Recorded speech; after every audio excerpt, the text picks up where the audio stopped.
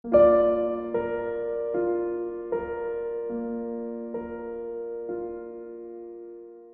kita satu hati di dalam doa. Bapa di surga, di dalam nama Tuhan Yesus Kristus, hari ini kami mengucap syukur untuk kasih-Mu dan pertolongan-Mu. Kami bersyukur atas berkat-berkat-Mu dan kami akan mendengarkan firman-Mu. Mari Tuhan pimpin dan sertai. Kami percaya ada berkat rohani yang sedang Kau sediakan bagi kami semua. Di dalam nama Tuhan Yesus Kristus, kami berdoa dan bersyukur. Haleluya. Amin. Puji Tuhan, kita akan bersama-sama mendengarkan firman Tuhan dalam 1 Tesalonika, pasal 1, ayat yang kedua dan ayat yang ketiga.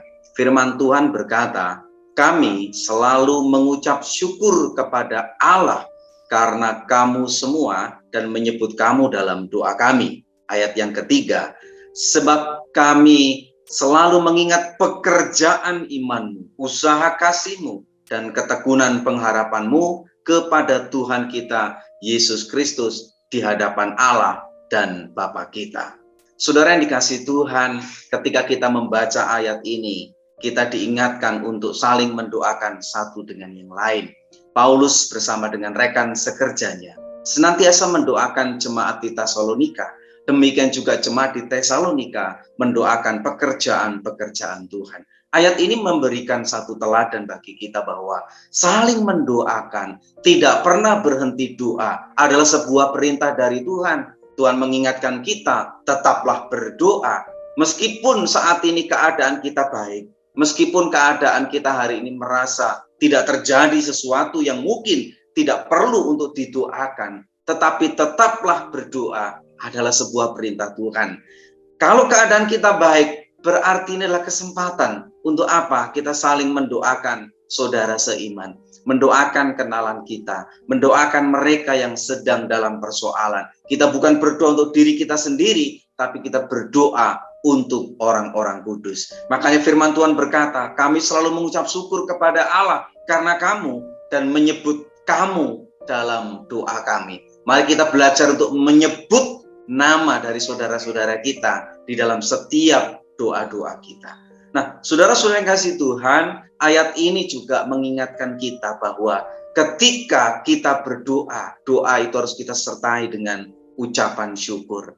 Saudara-saudara sekalian, Paulus mengucap syukur di dalam doanya. Mengapa dia mengucap syukur? Karena melihat bahwa pertumbuhan rohani dari jemaat di Tesalonika sungguh membanggakan, sungguh luar biasa. Jemaat yang bisa menjadi teladan. Sehingga di ayat yang ketiga dikatakan, sebab kami selalu mengingat pekerjaan imanmu.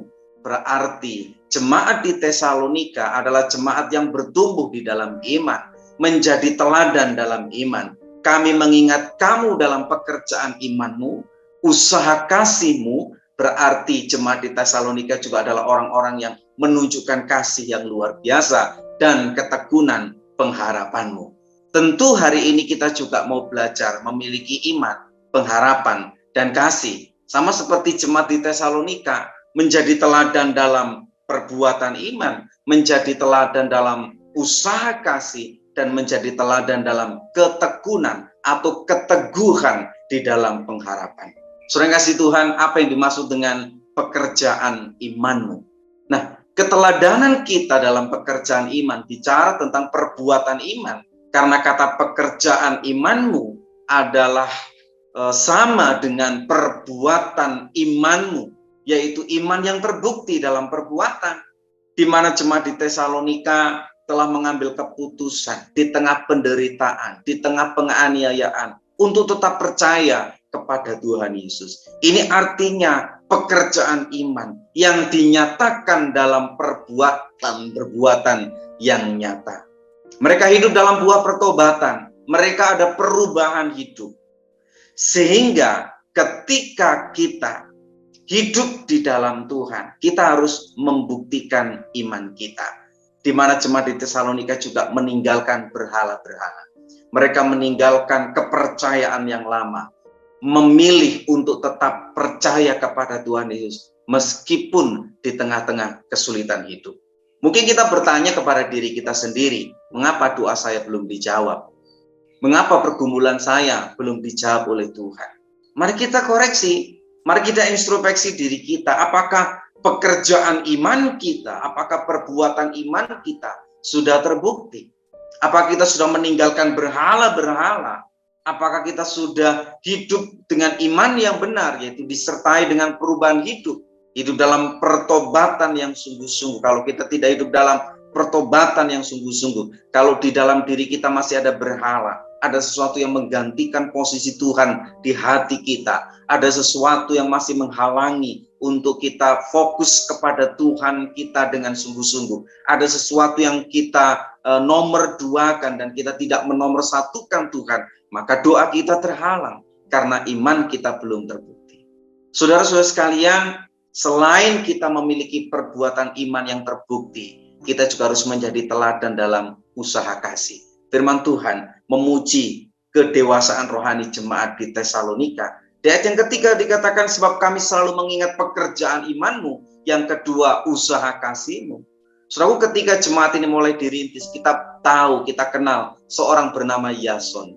Ketika dia menerima Paulus dan rekan kerjanya untuk tinggal di rumahnya, apa yang terjadi dengan Yason?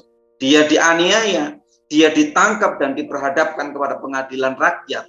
Tetapi Yason dengan rekan-rekannya, dengan jemaat di Tesalonika, begitu bangga menderita karena Injil. Kenapa? Karena dia cinta Tuhan, dia mengasihi Injil, dia mengasihi pekerjaan Tuhan. Makanya meskipun ada dalam sebuah penderitaan dan tantangan, dia bersukacita. Ini yang saya sebut dengan usaha kasih. Kasih itu harus senantiasa diusahakan. Kasih itu harus senantiasa diperjuangkan. Ketika kita memberitakan Injil, berarti kita mengasihi Yesus, mencintai Injil, mencintai pekerjaan Tuhan, mengasihi Tuhan dengan segenap hati kita, segenap kekuatan kita, segenap akal budi kita. Saudara yang kasih Tuhan, usaha kasih dari jemaat di Tesalonika juga luar biasa. Terbukti, dicatat di dalam bagian firman Tuhan yang lain bahwa jemaat Makedonia, termasuk Tesalonika berarti, karena Tesalonika berada di wilayah Makedonia, dan juga di Akaya, adalah orang-orang yang memberi di dalam kekurangan. Paulus pergi kembali ke Yerusalem dalam misi perjalanannya. Salah satunya juga membawa bantuan dari jemaat di Makedonia, termasuk jemaat di Tesalonika. Usaha kasih adalah usaha bagaimana kita memiliki kerelaan hati untuk memberi bagi pekerjaan Tuhan. Ketika didengar jemaat di Yerusalem ada kekurangan, ketika didengar jemaat ada dalam kemiskinan, maka mereka mengumpulkan bukan dari kelebihan, tetapi dari kekurangan mereka. Tapi disertai dengan ucapan syukur, disertai dengan sebuah kerelaan hati. Mereka memberi dengan sukacita. So, inilah yang disebut dengan usaha kasih. Sehingga mari kita memiliki perbuatan iman yang terbukti. Yang kedua, mari kita memiliki usaha kasih yang nyata. Dan yang ketiga, firman Tuhan berkata, sebab kami selalu mengingat pekerjaan imanmu yang pertama, usaha kasihmu yang kedua, dan ketekunan pengharapanmu. Saudara, kata ketekunan diterjemahkan dalam bagian versi ayat yang lain, firman Tuhan yang lain, yaitu dengan ketabahan dalam pengharapan, kesabaran dalam penderitaan. Karena kita tahu bahwa ketika kita mengasihi, ketika kita mengerjakan iman kita, kita akan diperhadapkan dengan persoalan, tantangan, penderitaan. Tetapi ketika kita tekun, kita kuat, kita sabar, maka iman kita terbukti, kasih kita nyata dan bukan pura-pura. Sehingga penting sekali kita memiliki pengharapan. Kita tidak tahu apa yang akan terjadi hari esok, hanya Tuhan yang tahu. Kita tidak tahu apa yang akan terjadi kemudian. Kalau hari ini keadaan kita baik, tentu nanti Tuhan juga akan izinkan sesuatu yang tidak baik. Tapi kalau kita tekun dalam pengharapan, kita tetap mengasihi Tuhan. Kita tidak pernah meninggalkan Tuhan. Saudara kasih Tuhan, tekun dalam pengharapan bicara juga tentang keteguhan dalam pengharapan. Semangat dalam mengikut Tuhan.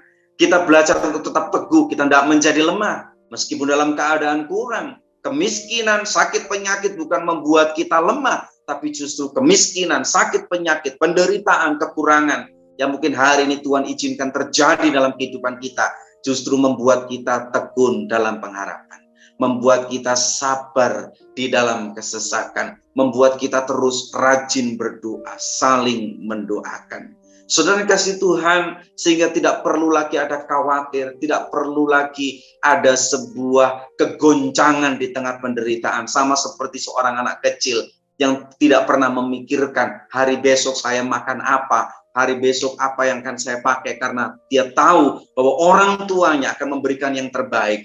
Senantiasa setiap pagi, siang, dan malam ada hidangan di meja makan, dan dia tidak perlu takut, tidak perlu khawatir, karena dia tahu orang tuanya memberikan yang terbaik. Demikian juga dengan kita, mari kita belajar untuk terus memiliki pengharapan. Jangan menyerah, jangan pernah takut dengan masalah, hadapi dengan ketekunan, hadapi dengan ketabahan, hadapi dengan iman yang sungguh-sungguh kepada Tuhan. Saya percaya apapun masalah saudara, saya percaya apapun sakit penyakit saudara, hari ini Tuhan sudah memberikan jawaban. Kuasa darah Yesus tidak pernah berubah. Bilur-bilurnya akan menyembuhkan sakit kita. Saya akan berdoa untuk saudara sekalian.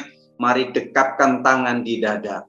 Mari taruh tangan saudara di bagian yang sakit. Berdoalah dalam hati. Berdoalah dengan bersuara dengan iman. Bapa di surga, di dalam nama Tuhan Yesus Kristus, hari ini kami berdoa untuk setiap kami yang mendekapkan tangan di dada di tengah persoalan penderitaan. Ajari untuk punya iman, ajari untuk punya kasih, ajari untuk teguh dalam pengharapan. Kami percaya Tuhan adalah jawaban.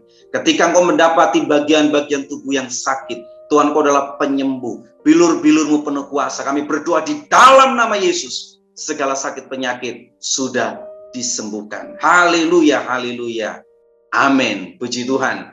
Jika Bapak, Ibu, dan saudara-saudara sekalian masih membutuhkan dukungan doa dan konseling, kami siap melayani saudara sekalian. Silakan hubungi nomor-nomor yang tertera di bawah ini. Tuhan Yesus memberkati.